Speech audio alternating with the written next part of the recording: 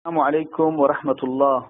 هذا الدعاء لتسخير القلوب، وأرجو الله لكل من قرأه وسمعه أن يقضي حوائجه وحوائجكم وحوائج من أرسله وحوائج من سيستقبله من أحبتكم.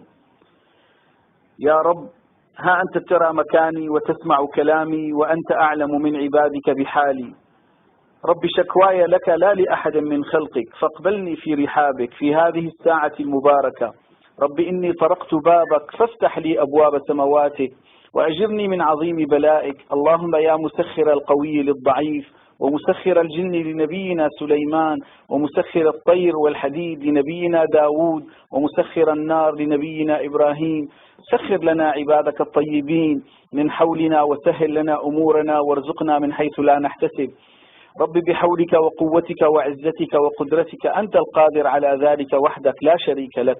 اللهم إني أسألك بخوفي من عظمتك وطمعي برحمتك أن ترزقني ما كان خيرا لي في ديني ودنياي ومعاشي وعاقبة أمري عاجله وآجله.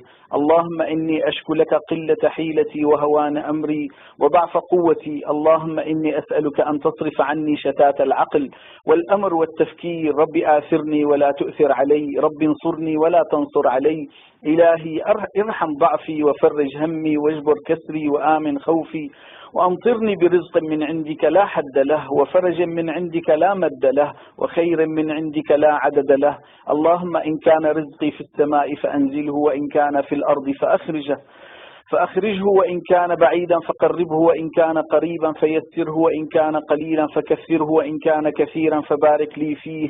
اللهم ولمرسلها مثل ذلك. يا رب، في هذه الساعة أسألك الراحة لكل مسلم ضاقت عليه دنياه وذرفت عيناه. يا الله، أفرح قلوبا أنهكها التمني، وبشر أصحابها بفرح لا يذكرهم بوجعهم، وأسعد قلوبهم وأسعدنا بصحبتهم.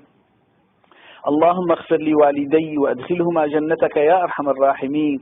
اللهم وفق من أرسل لي هذه الرسالة ويسر له أموره بالدنيا والآخرة، وارزقه النظر إلى وجهك الكريم، وأحسن خاتمته ووالديه، وارزقه ضعف ما يتمنى بالدنيا والآخرة. وصل اللهم وسلم وبارك على نبينا محمد وعلى آله الطيبين الطاهرين وصحابته الغر الميامين، وعلينا معهم إلى يوم الدين، والحمد لله رب العالمين.